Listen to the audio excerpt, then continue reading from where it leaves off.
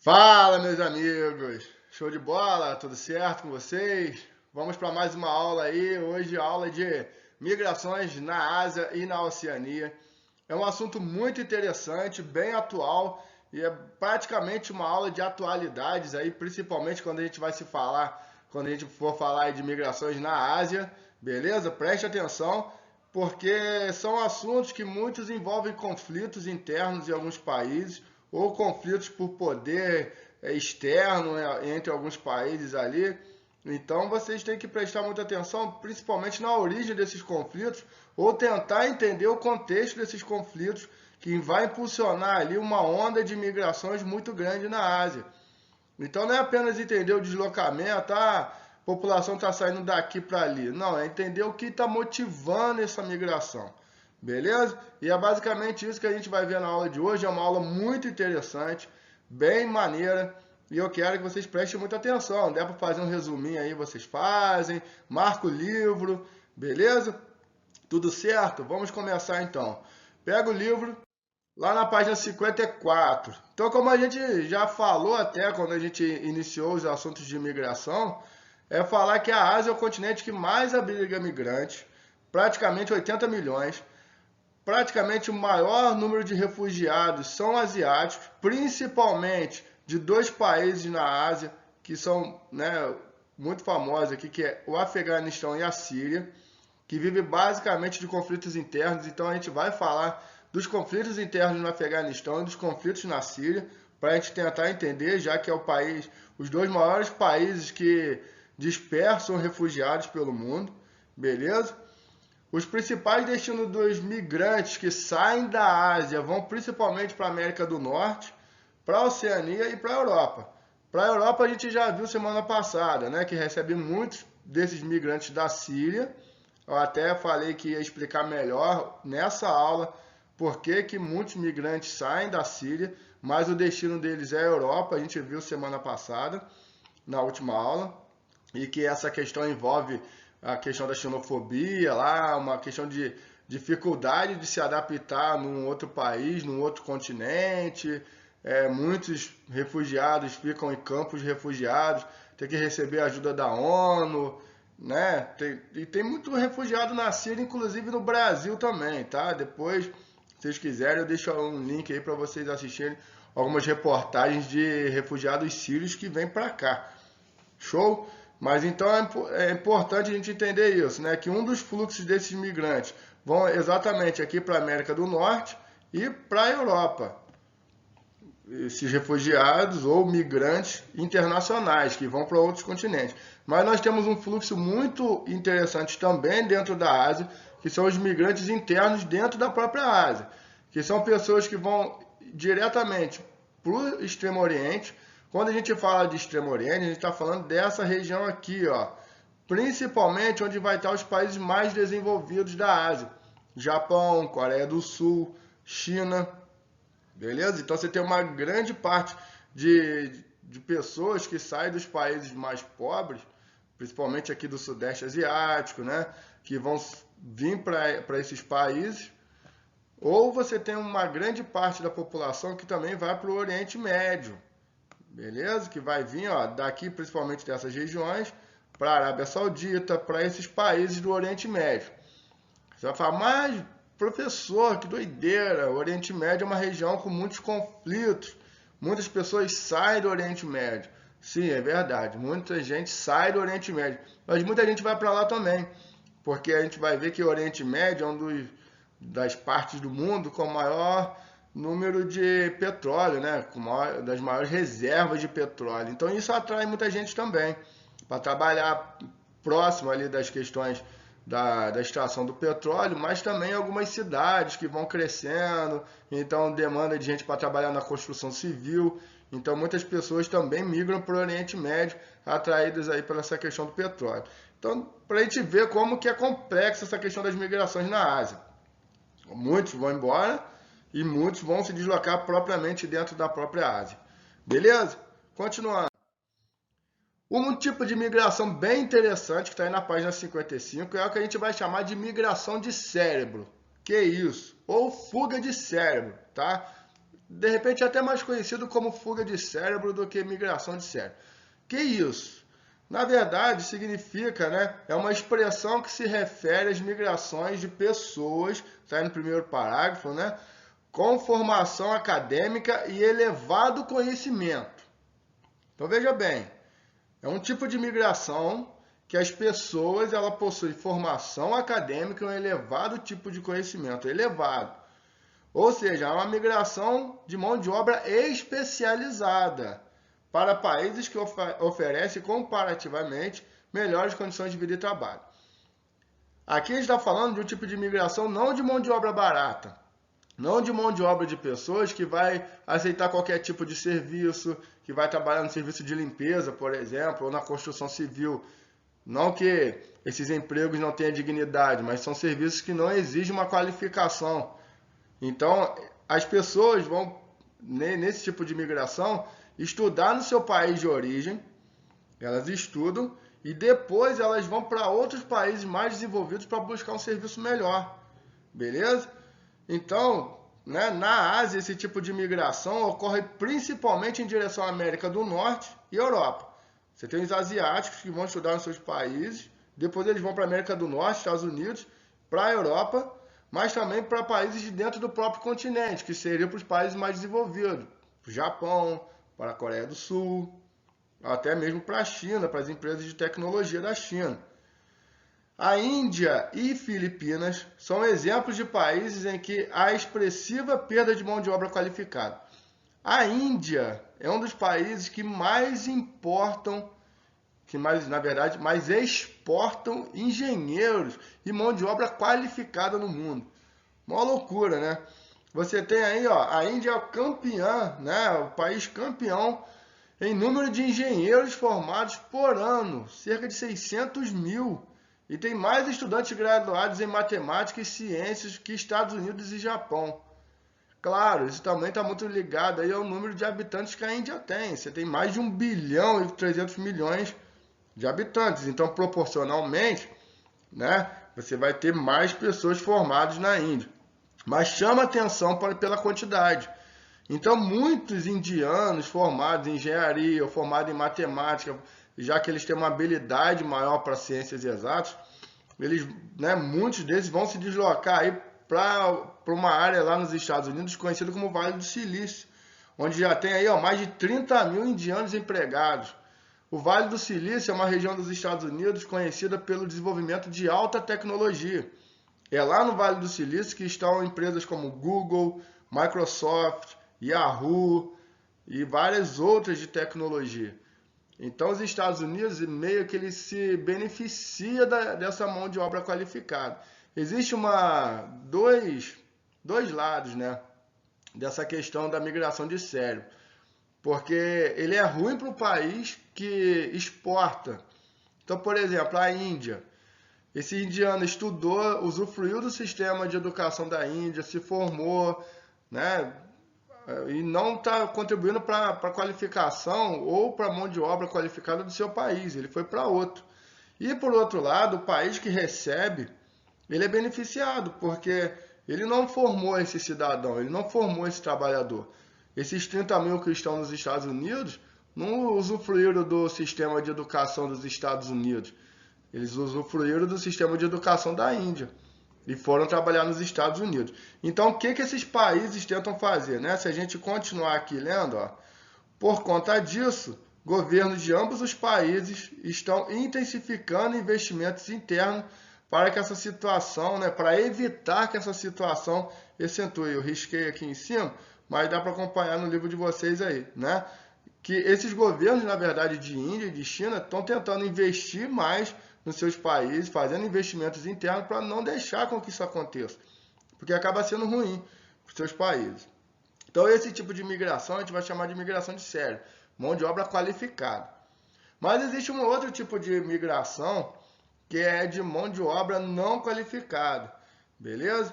Então, ó, no entanto, o fluxo de imigrações de países asiáticos não se resume apenas à mão de obra qualificada.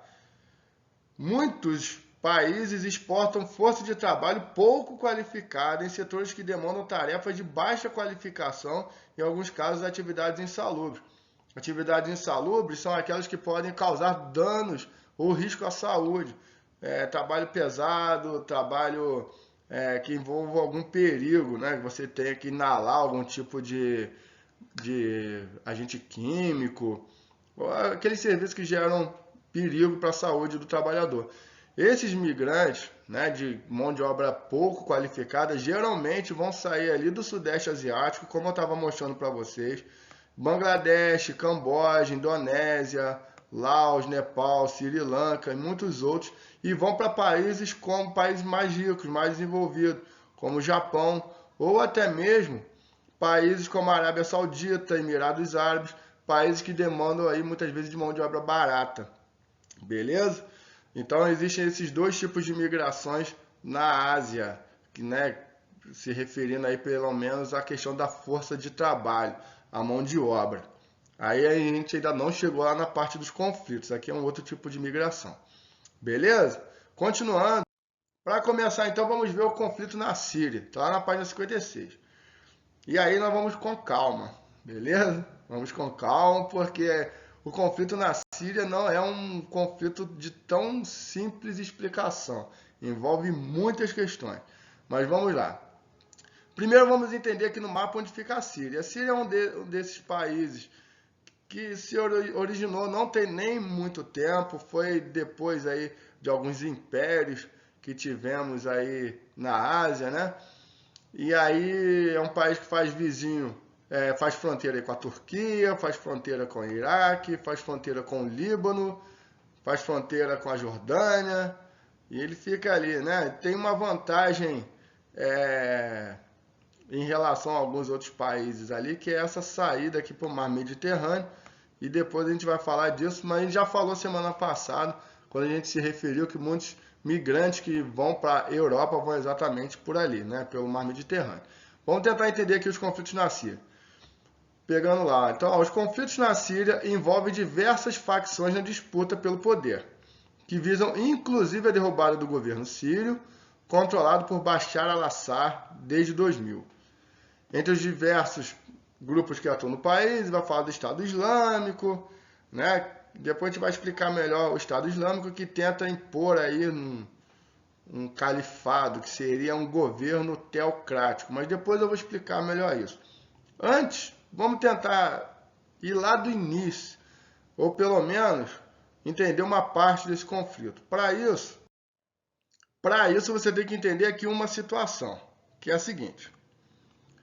A população da Síria é 75% composta de sunita e 12% de xiita. O que seria isso? Tanto sunita quanto xiita, eles são muçulmanos, ou seja, pertencem à religião do islamismo. Então é como se fosse dentro do cristianismo, você ter os evangélicos e os católicos. Mas evangélicos e católicos, tanto, né, apesar das suas diferenças, são cristãos. Então você tem os sunitas e os xiitas que dividem aí algumas relações, principalmente alguns grupos que são mais radicais, outros menos, as leis lá do Alcorão, mas tanto sunitas quanto xiitas são muçulmanos. Ainda assim, dentro da Síria você tem 10% de cristãos e você tem 3% de drusos. Os drusos seriam meio que uma dissidência dos muçulmanos, mas eles são um pouco diferentes. Mas eles são minoria. Beleza? Até aí tranquilo? Então nós temos a maioria da população da Síria composta de sunitas. E aí vamos pensar, o governo da Síria vai ser o quê? Composto pela sua maioria? Não. O governo da Síria ele vai ser xiita. Então, desde a década de 1970, nós temos o Hafez al-Assad, que vai ser um ditador. Ele vai comandar a Síria durante um longo período, mais de 30 anos, e ele vai ser um ditador. Quando ele morre, vai assumir no poder o seu filho, Bashar al-Assad, que também é um ditador, que mantém o governo que ele herdou do pai. Beleza? Então nós temos a Síria, um país de maioria sunita, governada por um governo xiita. Até aí, beleza?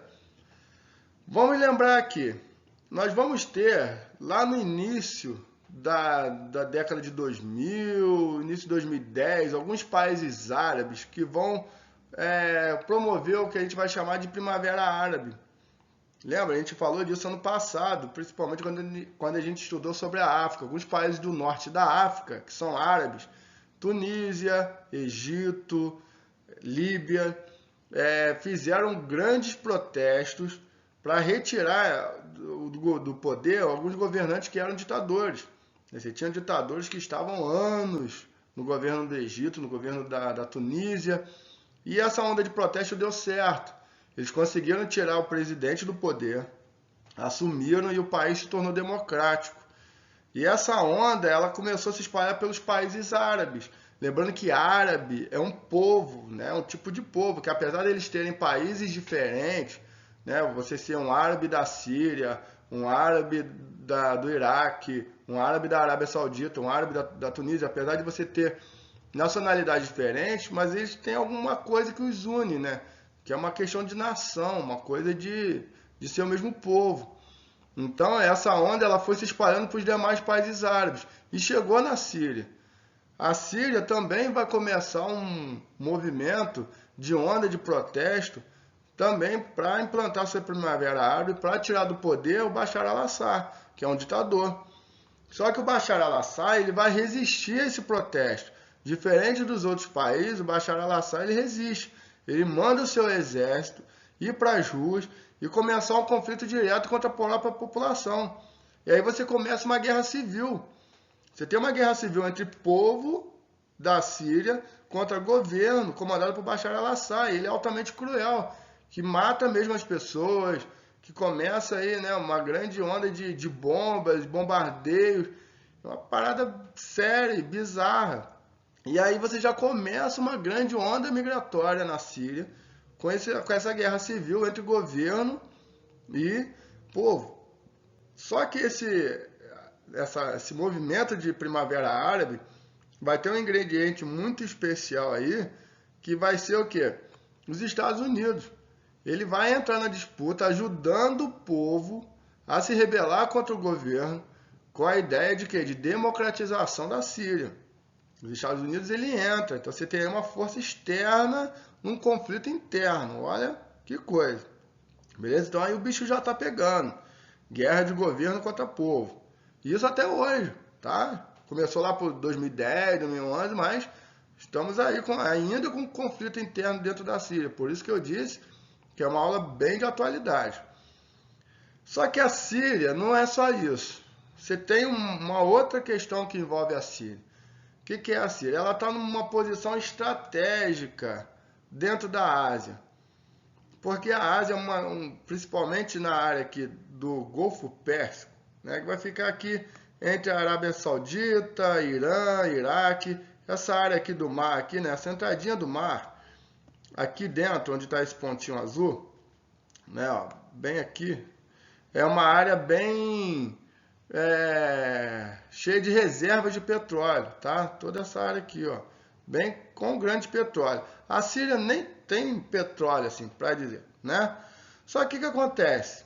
O petróleo que vai sair daqui do Golfo Pérsico, ele tem dois caminhos para ir para a Europa ou para a América do Norte.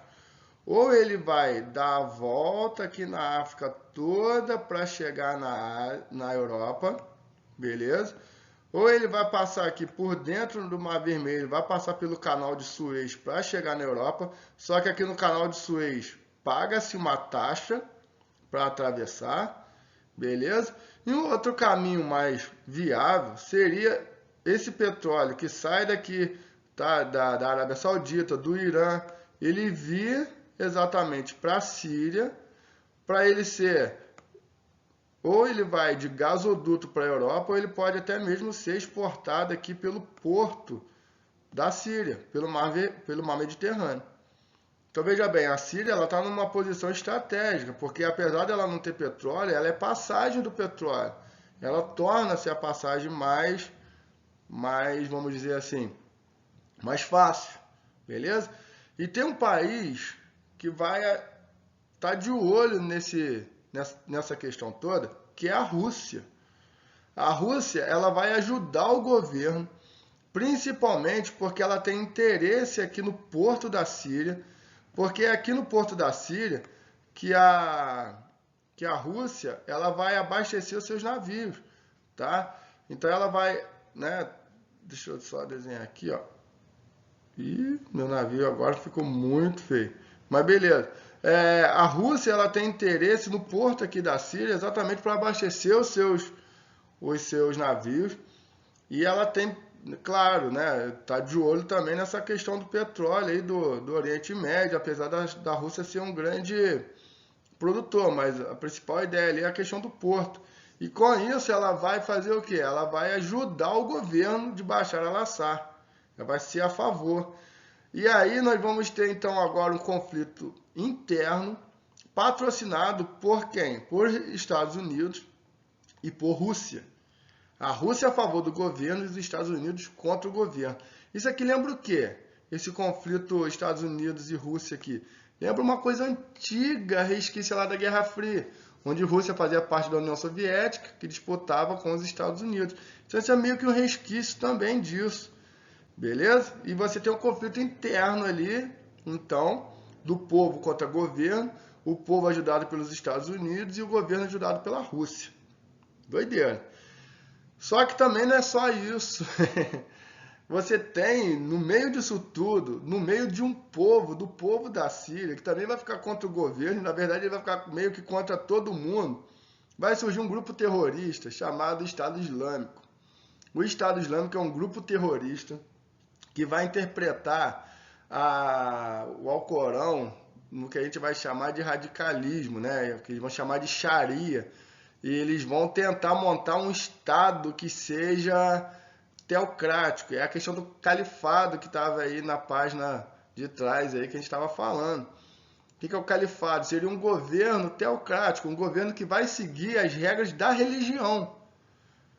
Deu para entender? E aí, o Estado Islâmico ele vai ser tanto contra o povo que é cristão aqui, ó, que não segue os muçulmanos. Então esses cristãos, eles vão muitas vezes ser sequestrados, vão ser mortos, eles vão ser decapitados. O Estado Islâmico ele vai ser contra o próprio governo, porque também é de uma... ele quer derrubar o governo, porque ele quer ficar no poder. Você tem... E aí, tá vendo a confusão? E aí você tem o Estado Islâmico no meio disso tudo. E não é só isso também, não. No meio disso tudo, você tem os curdos. O que é os curdos? Olha aí, ó. Os curdos são o maior grupo étnico sem um próprio país e busca há vários anos independência do seu território, que abrange, além de Síria, outros países do Oriente Médio, como Iraque, por exemplo, e outros países. Os curdos, eles são um povo que eles são de uma outra etnia, então você tem os árabes, por exemplo, e você tem os curdos. Os curdos, eles habitam aqui, ó, parte da Turquia, partezinha da Síria, parte do Iraque, parte do Irã, parte de outros países. E eles tentam buscar um país para eles. Tentar, né, criar um país, que seria aí o Kurdistão, que eles protestam. E como eles estão também uma partezinha aqui na Síria, eles também estão lá protestando para que eles tenham aí uma parte do território. Então eles também entram no meio do conflito disso tudo. E aí veja bem, já falou de um conflito interno, uma guerra civil entre governo e pessoas, a gente já falou a questão do Estado Islâmico, entrou a questão aqui dos curdos, e no meio disso tudo está a população. O que a população vai fazer? Ela não vê outra saída a não ser ir embora da Síria. E ela vai embora. Então muitos vão embora pelo Mar Mediterrâneo, como a gente já disse aqui, né? Muitos vão embora pelo Mar Mediterrâneo.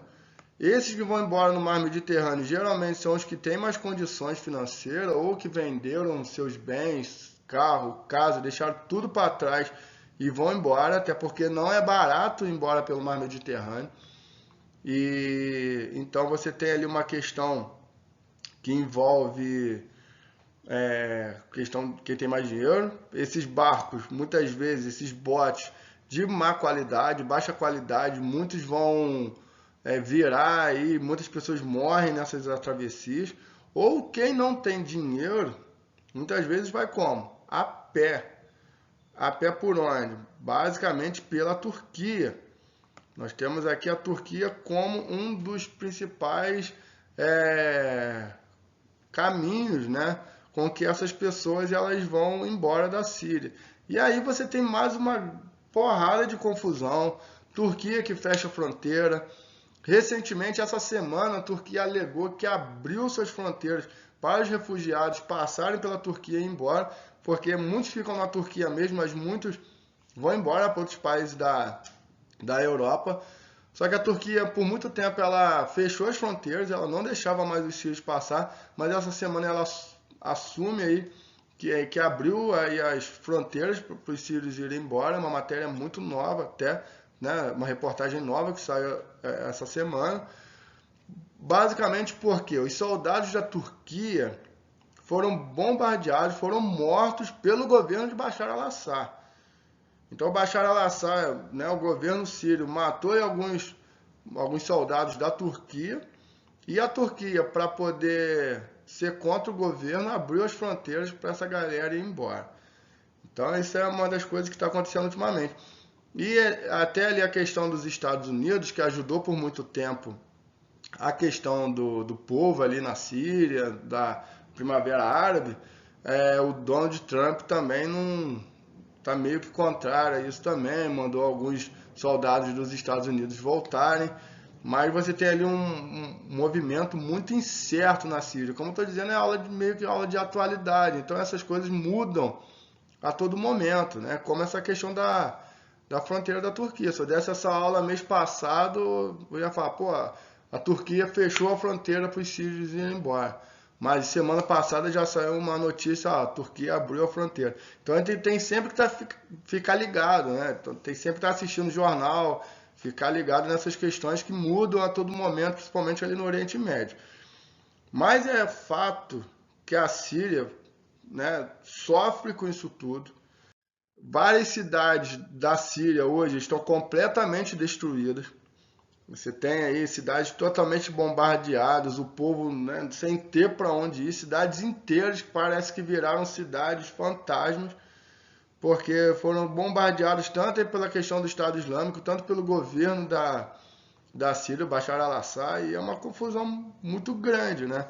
Então essa é uma das questões que envolve ali a Síria. Espero que você tenha entendido. Vou passar um videozinho agora só para ilustrar mais um pouco essa questão. E a gente fecha aqui essa questão da Síria e vamos ver os outros conflitos, as outras questões que envolvem aí a Ásia. Beleza? A guerra civil na Síria representa a pior crise de refugiados dos últimos 20 anos. É o que dizem as Nações Unidas. 2 milhões de pessoas tiveram que fugir do país. O levantamento do Alto Comissariado das Nações Unidas para Refugiados aponta que metade das pessoas que tiveram de deixar a Síria é formada por crianças.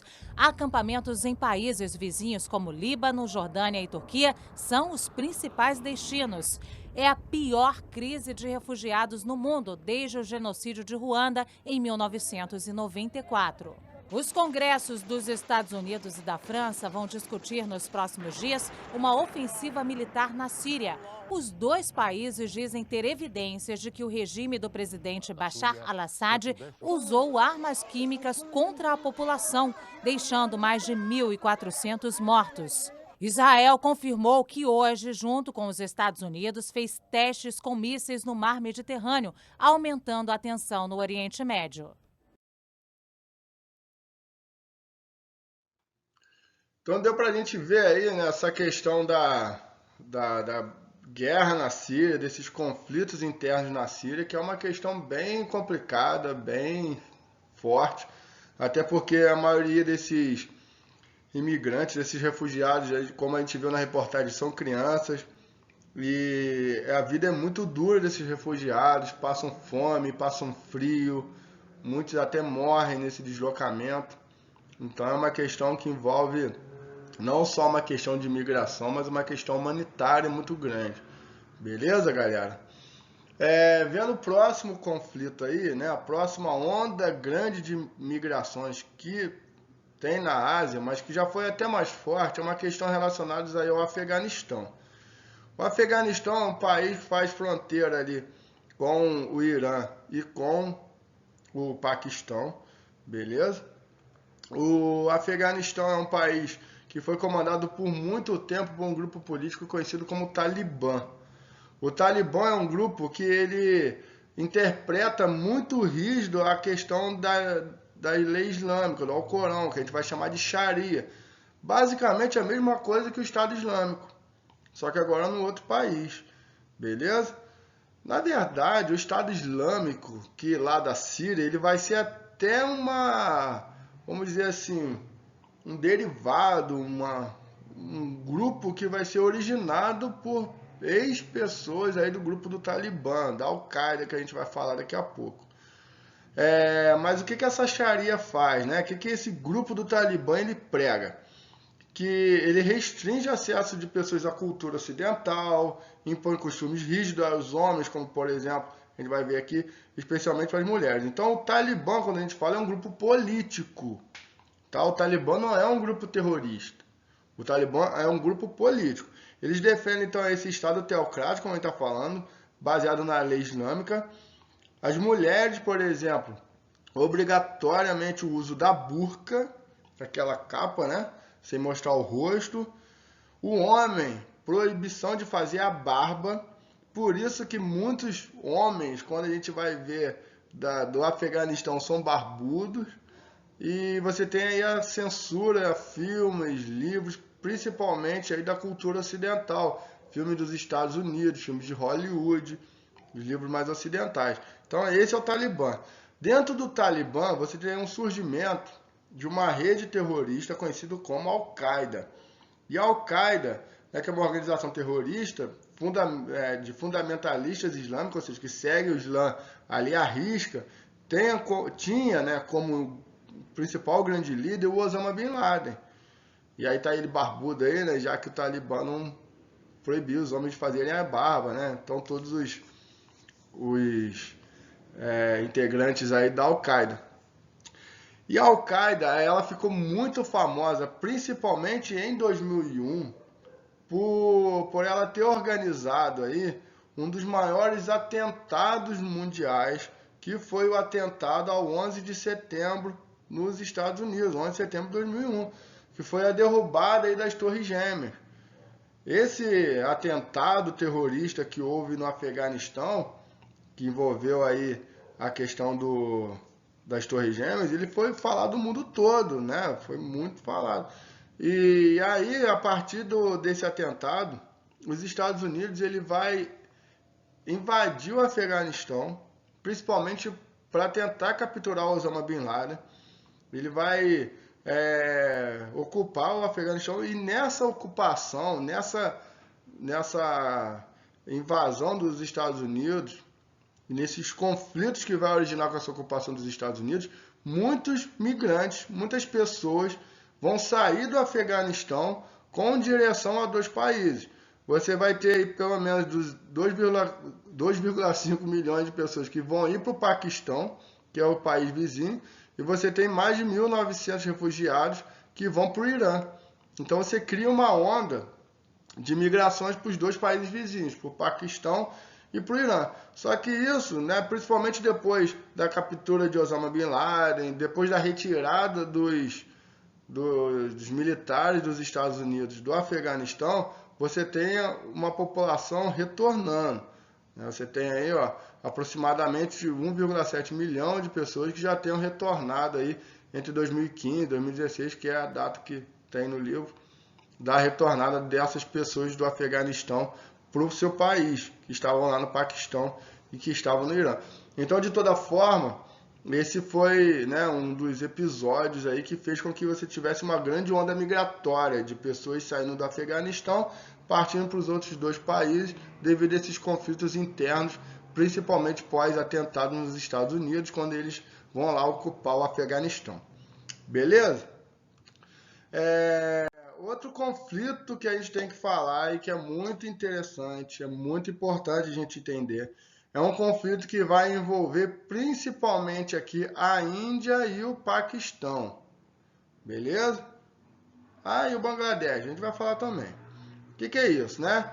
Em 1947, você tem a independência da Índia.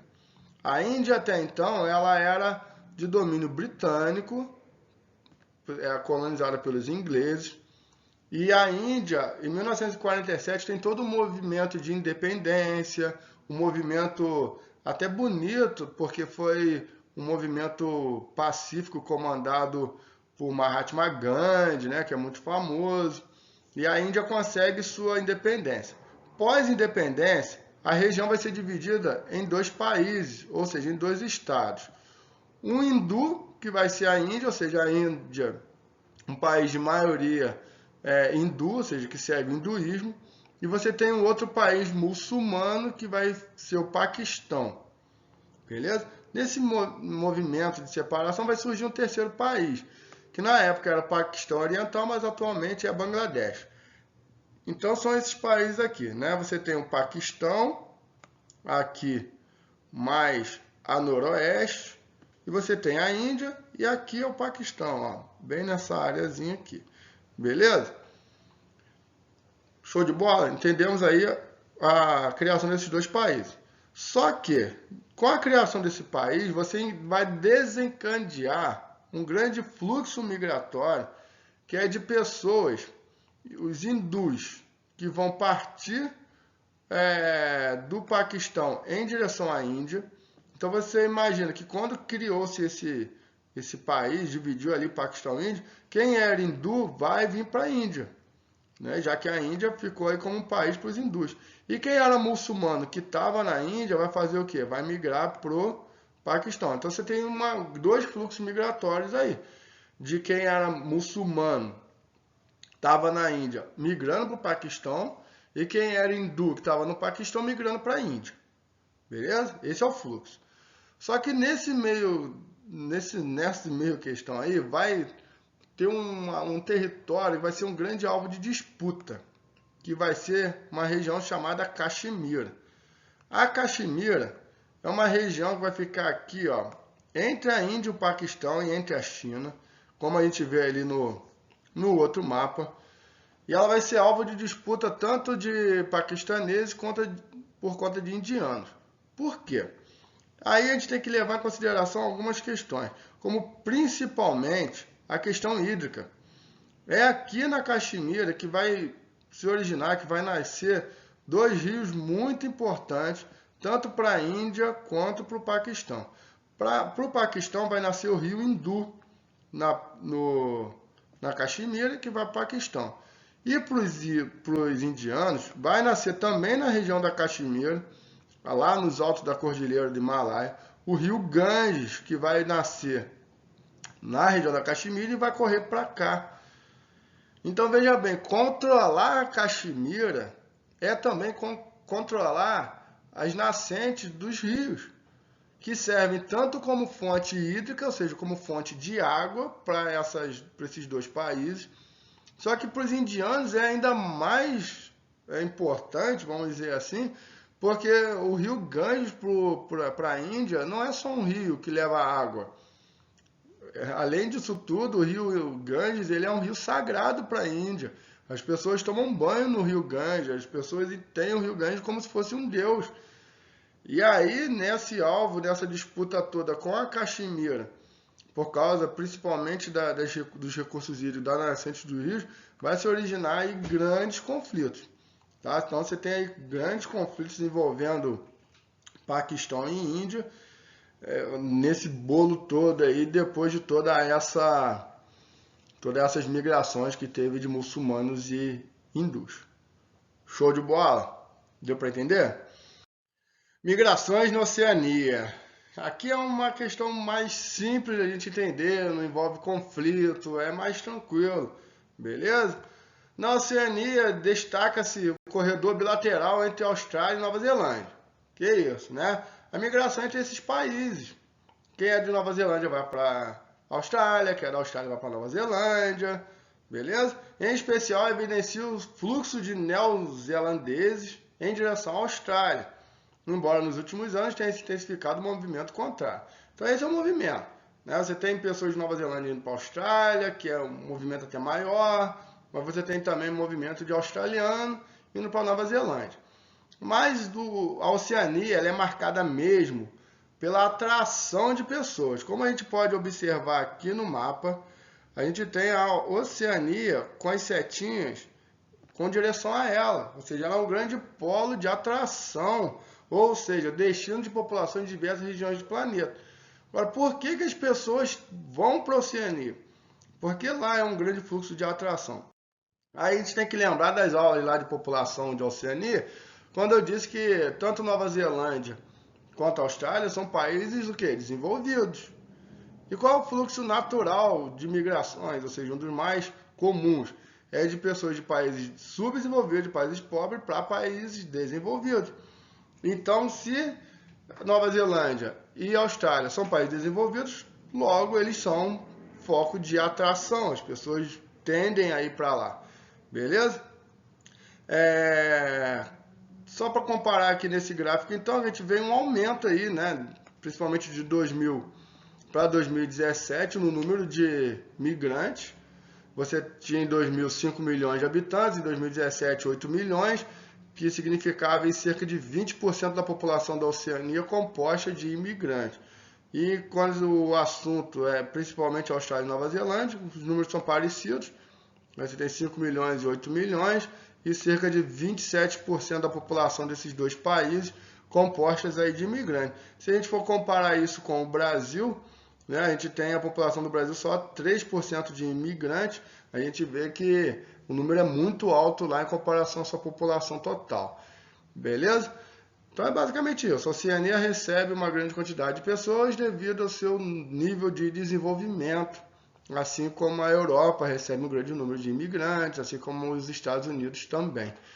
Beleza, galera? Essa foi a aula aí sobre as migrações na Oceania, migrações na Ásia, e eu espero que vocês tenham entendido pelo menos a questão lá dos conflitos também. Qualquer dúvida, falem comigo, eu não vejo vocês perguntando nada, mas espero que estejam entendendo. Beleza? Um grande beijo para vocês, um grande abraço, fiquem com Deus e até a próxima aula. Valeu!